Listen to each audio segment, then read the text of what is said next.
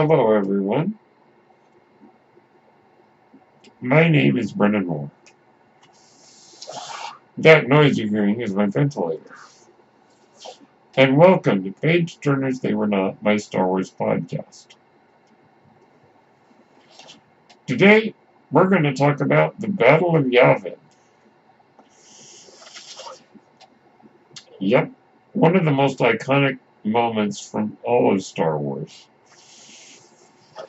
The Battle of Yavin marked the destruction of the first Death Star.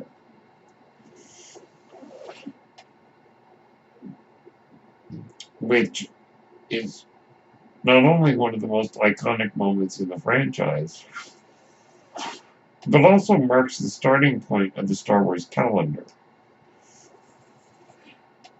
In-universe calendar, I should say.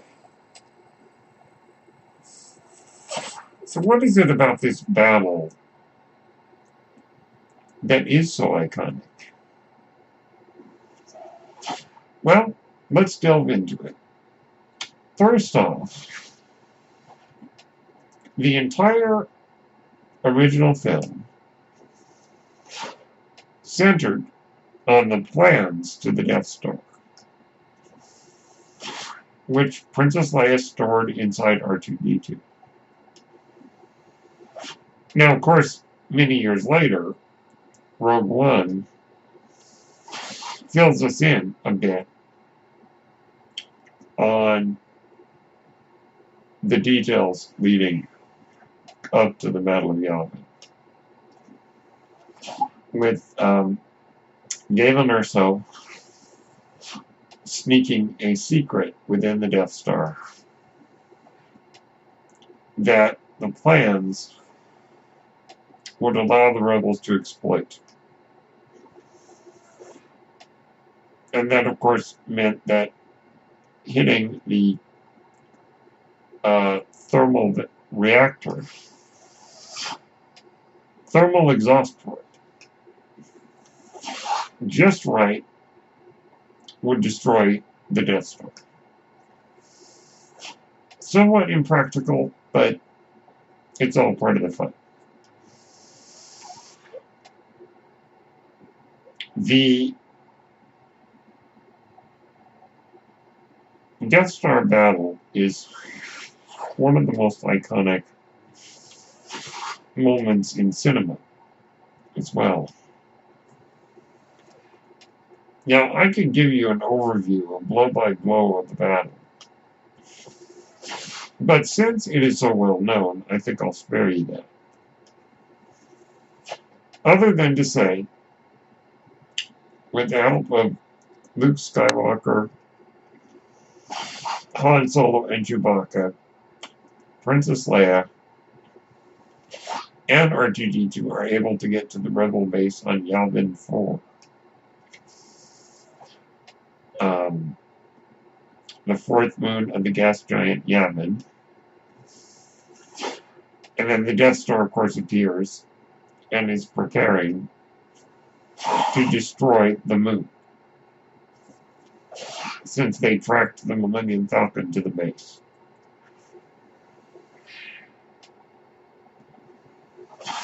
Now, it does beg the question why the Death Star had to orbit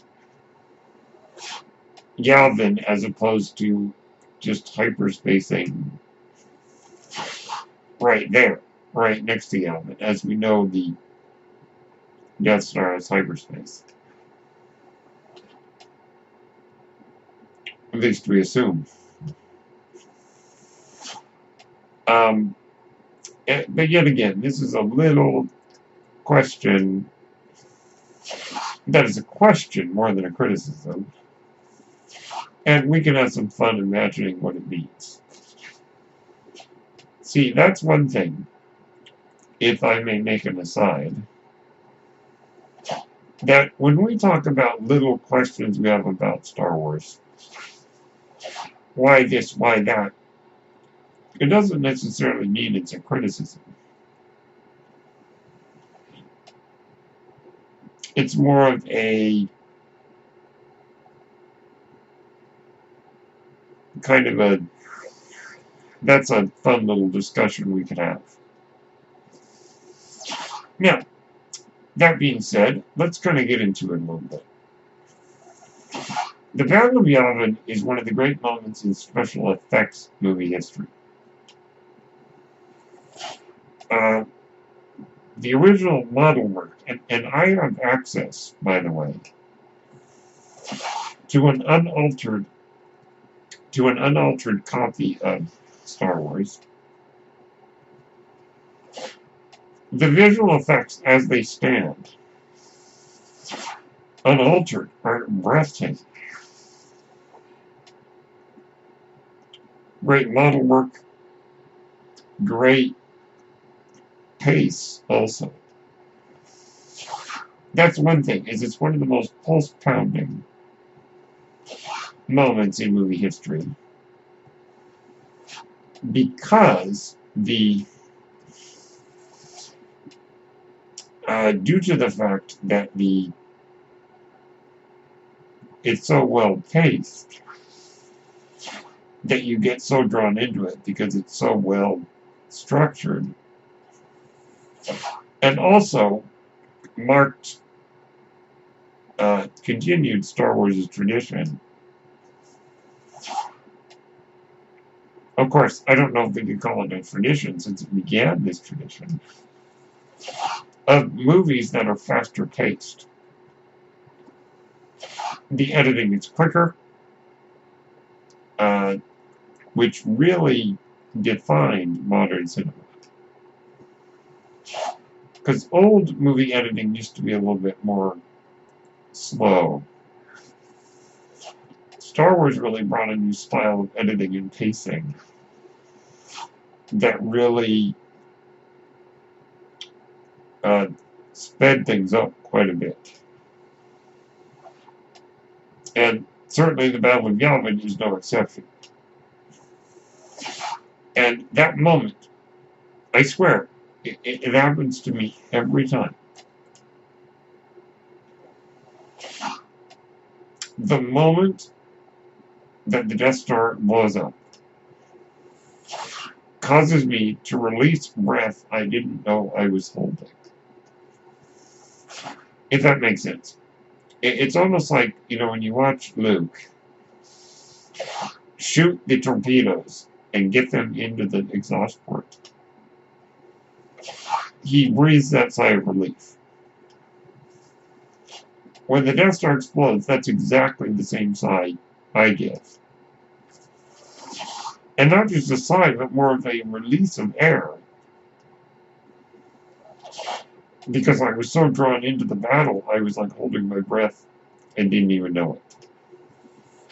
And it still does that, no matter how many times I see the movie. And to me, that is a sign of a great scene. A great action scene. Now, it's interesting that the battle is really the textbook definition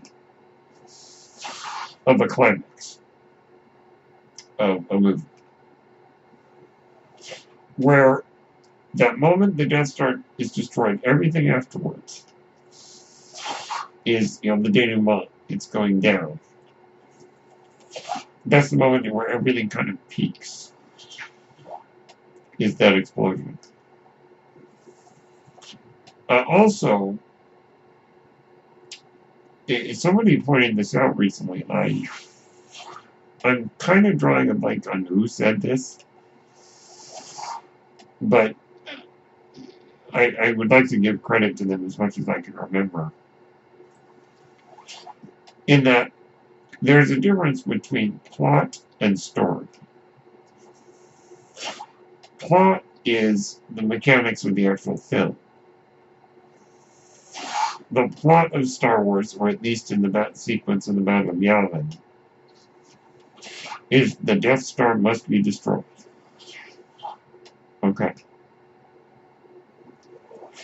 But Luke's story is learning to trust the Force. In the climactic battle, The moment that is the climax of Luke's story is when he turns off his targeting computer and trusts completely in the Force. Trusting in the Force to help him make that shot.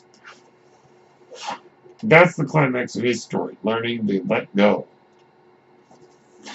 as Obi-Wan says.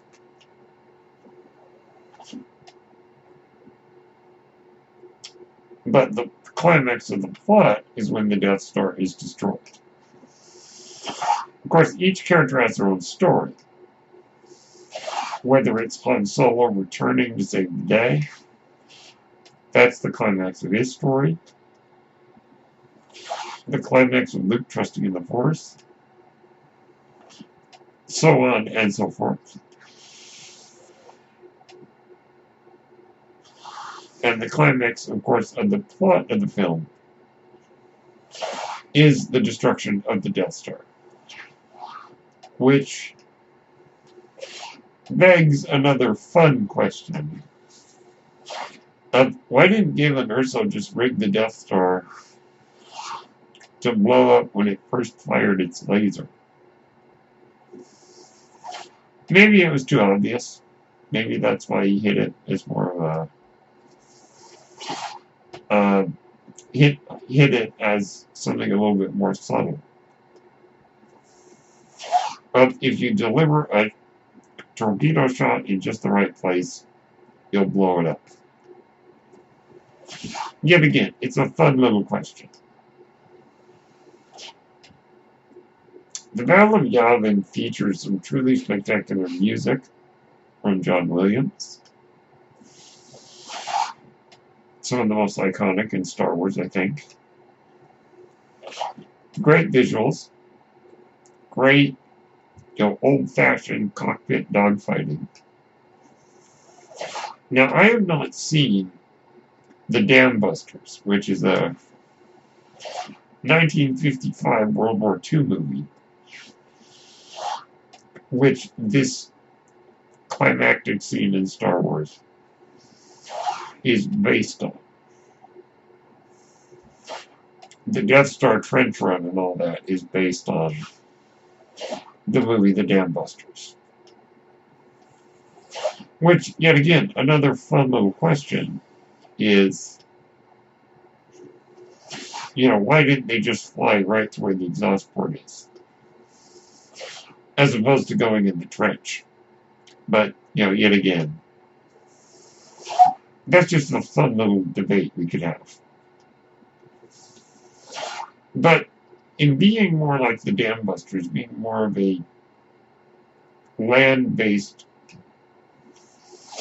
or air-based terrestrial kind of battle, I think George Lucas was trying to capture that same vibe. Even though it's set in space, because of course we have to remember,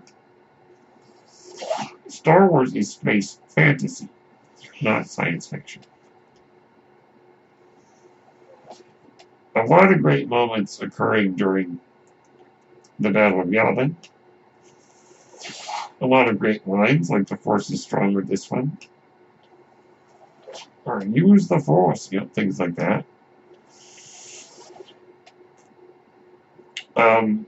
Some, of course, unfortunately sad deaths of minor characters who, by the way,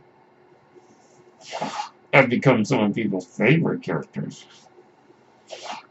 Biggs and Porkins and Gold Leader and Red Leader and many of the others. Stay on Target and that guy. Truly full of iconic imagery, iconic lines, iconic music. It is the definition, in my mind, of an iconic film scene. One of the most memorable movie battles. One of the most pulse-pounding moments in all of cinema. And truly the moment, I think, that made special effects what they are today. So the Battle of Yavin is truly an extraordinary moment.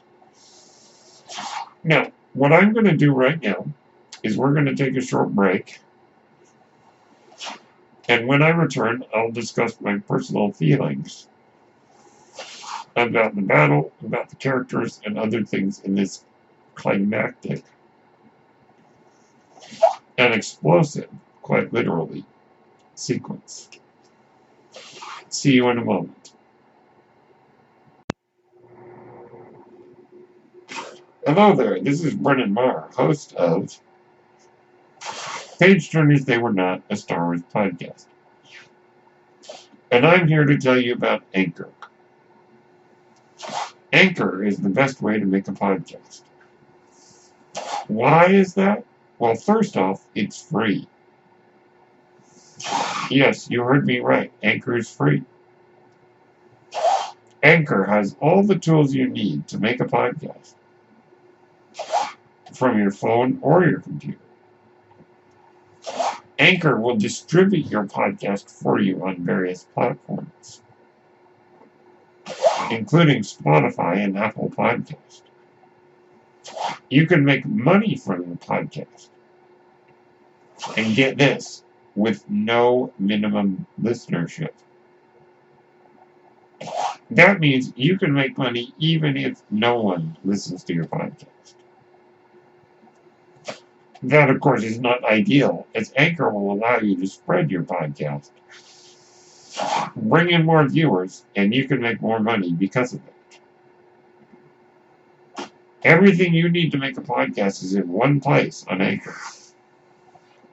If you're interested, download the free Anchor app or go to anchor.fm to get started. Thank you, and may the Force be with you. Hi everyone, we're back. And we're back. Alright, so let's talk about my feelings toward this iconic battle. Well, I love this battle. I don't really like to rank the battles in Star Wars. I think that for me, the Battle of Endor in Return of the Jedi is my favorite Star Wars battle. The Battle of Yavin is definitely up there, but yet again, it's hard to play favorites. The Battle of Yavin, the Battle of Hoth, the Battle of Endor. Definitely some great moments in Star Wars. But the Battle of Yavin is definitely the most, I think, iconic, quintessential Star Wars battle.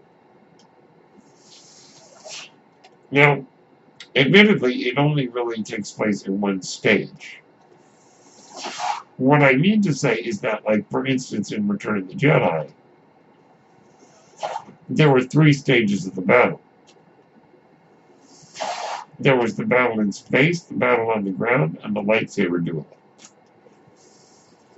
Now, arguably, the Battle of Endor has come to represent the ideal Star Wars battle.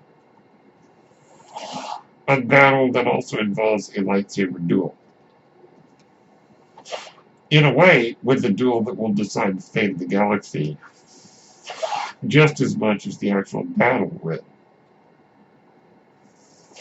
The Battle of Yavin does not have that.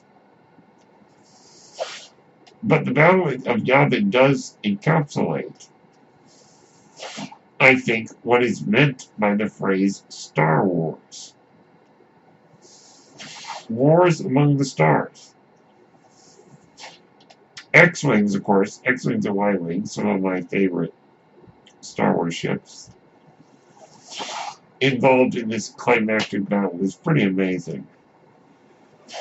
Now, I played the X-Wing flight simulator game a lot as a kid, and I love the X-Wings, though there will always be a special place in my heart for Y-Wings. Probably because of this battle. You know, it's really, if you think about it, it's great that the rebels won. But let us consider for a moment how many people they lost. Only 3 people survived the battle. Or at least those who had actually participated in the whole. In all of the battle, I should say. Because Han Solo survives, but he wasn't there for very long. And we know that those survivors are Luke and Wedge. Those are the 2 X-Wings. The Y-Wing we actually learned in the canon, at least, recently in a comic book, that it's the Alderaanian pilot Evan Verlaine, who appears in the Princess Leia miniseries comic. That's how we learn the identity of that person in the Y-Wing. You know, speaking of Han Solo's return, you know, Han Solo has a lot of iconic moments. But I think that may be his most iconic, well, maybe not iconic, but maybe the most telling of his personality.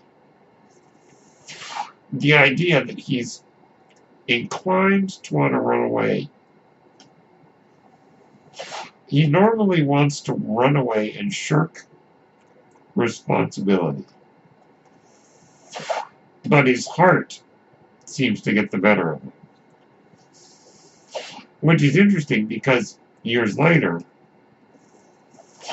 Snoke tells Ben Solo, "You have too much of your father's heart." Which ultimately Ben does, as we saw in The Rise of Skywalker. Han Solo is the kind of guy that will try to run away, but will always come back because he knows it's the right thing to do.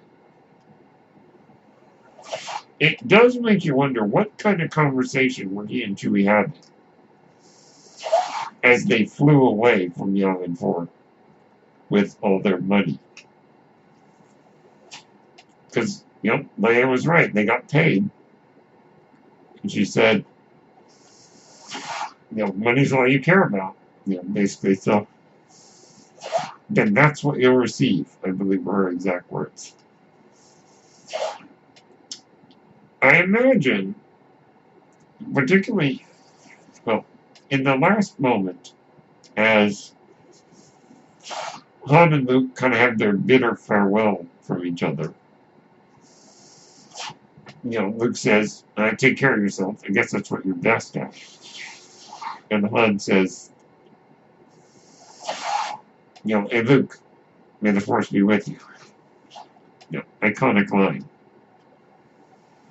In fact, just to be clear, on the American Film Institute list of the top 100 movie quotes, that quote is on there. I don't remember off the top of my head which number it is. But the specific moment in which that line is spoken is that moment. When Han says it to Luke. That's what the AFI list is referring to. Now, it's interesting, right after that, Chewie gives Han a look. And Han says, "What are you looking at? I know what I'm doing." I can't help but get the feeling that Chewbacca may have been the one to ultimately convince Han to listen to his heart and turn around and do the right thing. So if that's true, Chewie saved the galaxy. Okay. So Han Solo showed up in just the right moment, distracted Lord Vader, who went spinning off into space, allowing Luke to deliver the final killing blow to the Death Star. Truly a great moment. And truly the most telling of Han Solo's personality. So this battle tells us a lot about the characters. And for me, it is within this battle that we say Luke and Han and R2-D2 demonstrating their true colors, who they really are. In a moment of duress, they have to be as honest as they can be with who they are, and that reveals who they are inside, to me. So I love the Battle of Yavin because of what it tells us about the characters. To me, that's more important than the battle itself, is what it tells us about the characters, what it reveals about them. What under duress would, because I think that when a lot of people are under stress or on the spot, how they choose to deal with it reveals a lot about their personalities. So the battle tells us a lot about the characters. The battle is visually stunning, no matter what version it is. The changes that George Lucas made to the Battle of Yavin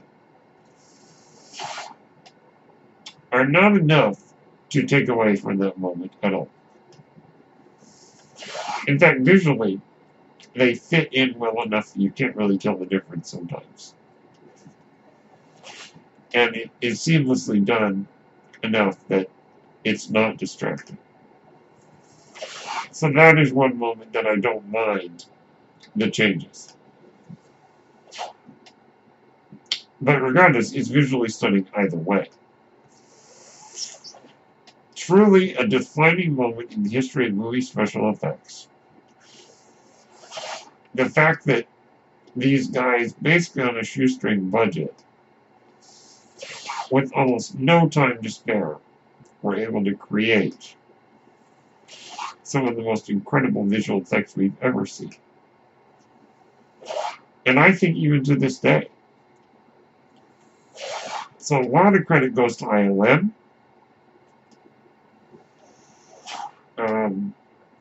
Richard Dykstra and his team all did excellent work. Excellent model work, excellent camera work. It's just a truly extraordinary piece of filmmaking. And George Lucas deserves a lot of credit for creating such an iconic moment. So those are my thoughts on the Battle of Yavin. Truly an extraordinary piece of film history. My name is Brennan Marr, that noisy fairy's my ventilator. And thank you for tuning in to Page Turners They Were Not, my Star Wars podcast. May the Force be with you.